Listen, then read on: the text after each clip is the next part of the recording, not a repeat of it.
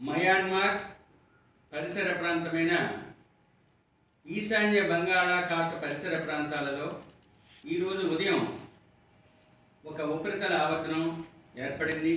అది ప్రస్తుతం ఈశాన్య బంగాళాఖాతం దాని పరిసర ప్రాంతమైన మయన్మార్ పరిసర ప్రాంతాలలో ఉపరితల ఆవర్తనంగా కొనసాగుతూ దానికి అనుబంధంగా ఉపరితల ఆవర్తనం 5.8 కిలోమీటర్ల ఎత్తు వరకు విస్తరించి ఉండి నైరుతి దిశకు పొంగి ఉన్నది. ఇక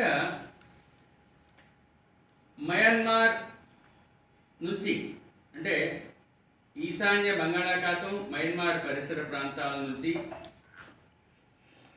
ఉత్తర ఒడిస్సా తీరం వరకు ఉపరితల ద్రోణి 1.5 కిలోమీటర్ల ఎత్తు వరకు విస్తరించి ఉన్నది.